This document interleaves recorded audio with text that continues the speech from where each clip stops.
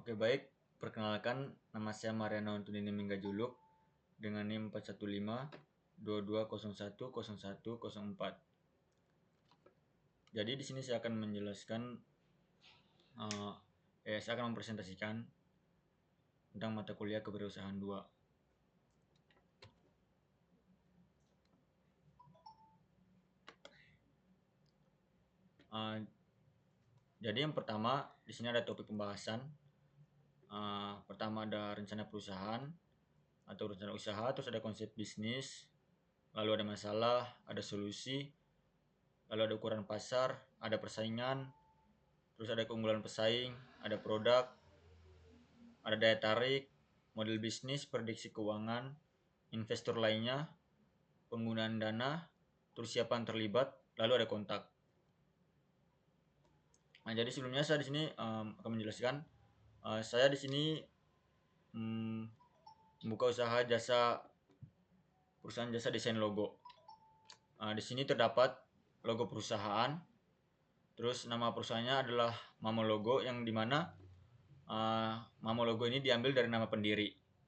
Logo ini berhasil menyampaikan kesan kesederhanaan dan elegan melalui desain yang minimalis, pemilihan warna yang profesional, dan bentuk huruf yang kuat. Ini bisa dilihat di bagian kanan terdapat logo perusahaan kami. Terus di bagian bawah tuh terdapat kontak WhatsApp sama email. Untuk WhatsApp sendiri nomornya diacak. Terus sementara email tuh merupakan email pribadi. Berikut ada tampilan logo perusahaan kami bagian kiri dan slogannya. Jadi slogan logo ini adalah menciptakan kesan pertama yang tak terlupakan. Yang dimana makna dari slogan ini itu bahwa perusahaan berfokus untuk menghasilkan desain logo yang tidak hanya menarik secara visual, tetapi juga memberi dampak yang kuat dan berkesan pada pandangan pertama. Jadi hal ini tuh berarti setiap logo yang diciptakan atau dirancang yang pertama kali itu untuk langsung memikat perhatian, membangun identitas brand yang kuat, dan meninggalkan kesan yang mendalam dan positif pada audiens atau pelanggan potensial. Untuk memberikan hal desain yang berkualitas tinggi dan efektif dalam mempromosikan identitas visual klien. Terus terdapat masalah. Pertama apa? Jadi si klien tuh menginginkan sebuah logo yang lebih menarik, simpel dan unik, dan lebih mendeskripsikan visi dan misi dari usaha yang dimiliki oleh klien. Terus bagaimana? Si kliennya tuh merasa logo yang dibuat oleh desainer sebelumnya tuh belum terlalu mendeskripsikan visi dan misi dari usaha yang dimiliki oleh si klien. Terus mengapa? Jadi si klien tuh menginginkan sebuah logo yang menarik, unik, dan simpel untuk meningkatkan citra usaha dan memberikan pengalaman yang positif bagi calon pelanggan. Terus tadi masalah, jadi ini terdapat solusi mengenai masalah tadi. Pertama, tadi klien menginginkan sebuah logo yang menarik, unik, dan simpel untuk meningkatkan citra usaha dan memberikan pengalaman yang positif bagi calon pelanggan. Terus ada solusi yang kedua tuh kita mendesain secara langsung atau live dengan klien agar klien bisa memastikan apakah desain yang lagi kita buat tuh sesuai atau tidak. Terus yang berikut, yang ketiga, memberi beberapa sampel logo yang sudah jadi sehingga si klien bisa memilih sesuai dengan yang klien inginkan. Terus simulasi penggunaan logo buat mockup digital yang logonya ditampilkan di berbagai media seperti website, kartu nama, dan lain-lain. Terus solusi yang berikutnya itu adalah menambahkan tim desain. Jadi kita di perusahaan ini bekerja tidak sendiri, tetapi kita juga menggunakan tim desain yang dimana membantu untuk menjalankan perusahaan tersebut. Terus ada ukuran pasar. Pertama UMKM.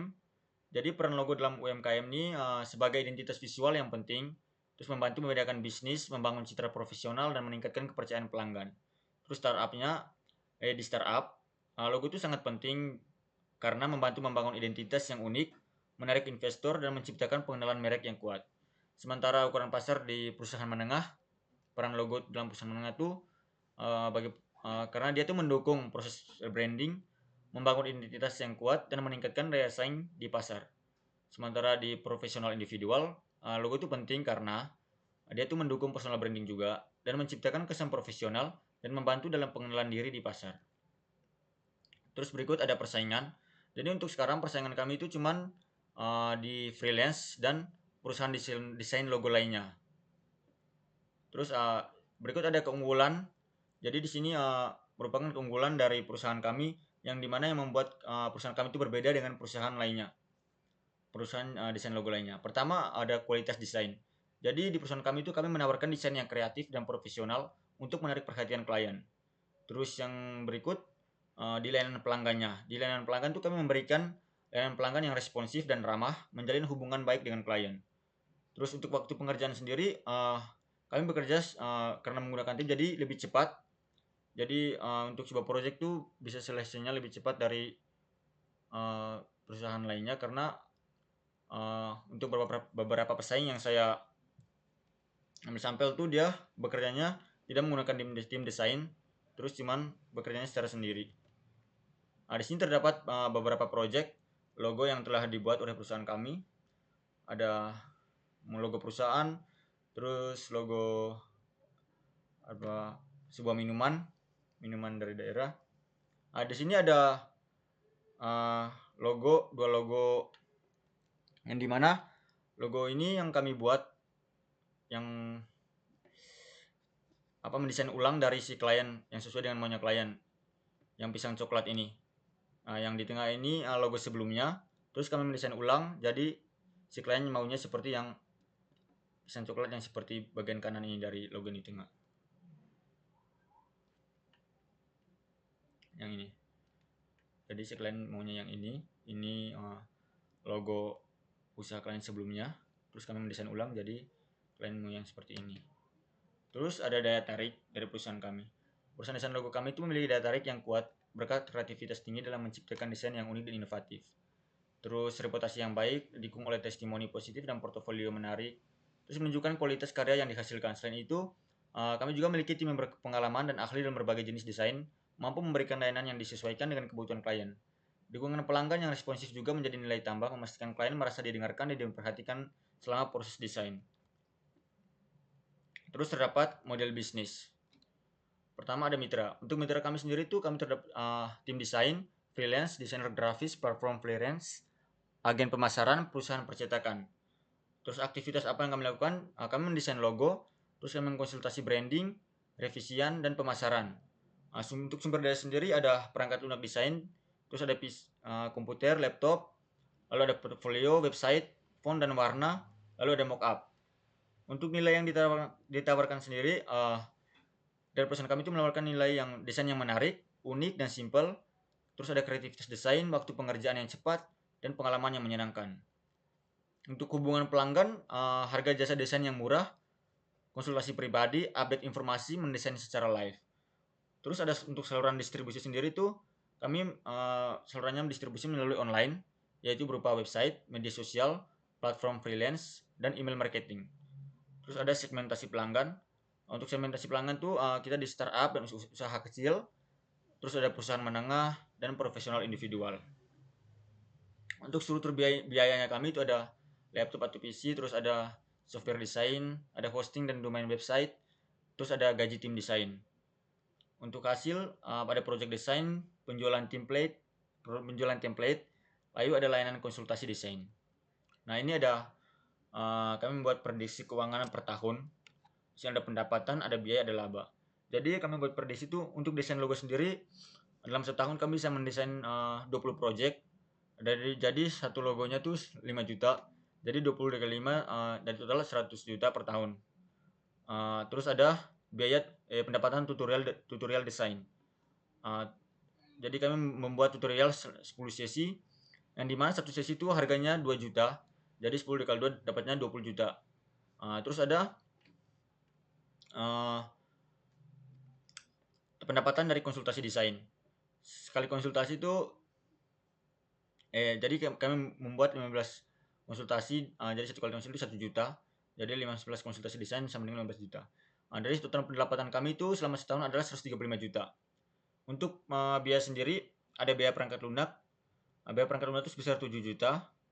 Itu seperti software, terus perangkat-perangkat desain, laptop, PC, terus ada gaji karyawan. Gaji karyawan itu ada gaji untuk desainer grafis, gaji untuk tim marketing. Jadi dibagi antara si gaji untuk si desain grafis sendiri, tim marketing sendiri, jadi totalnya 45 juta. Terus untuk pemasarannya sendiri seperti untuk iklan atau posting di website, hosting, gitu. Itu dapatnya biayanya 8 juta. Jadi total biaya 60 juta. Untuk laba sendiri kami menghasilkan laba bersihnya 75 juta. Untuk investor masih dari orang tua, keluarga, dan tabungan pribadi. Penggunaan dana itu ada untuk peningkatan infrastruktur, yang dimana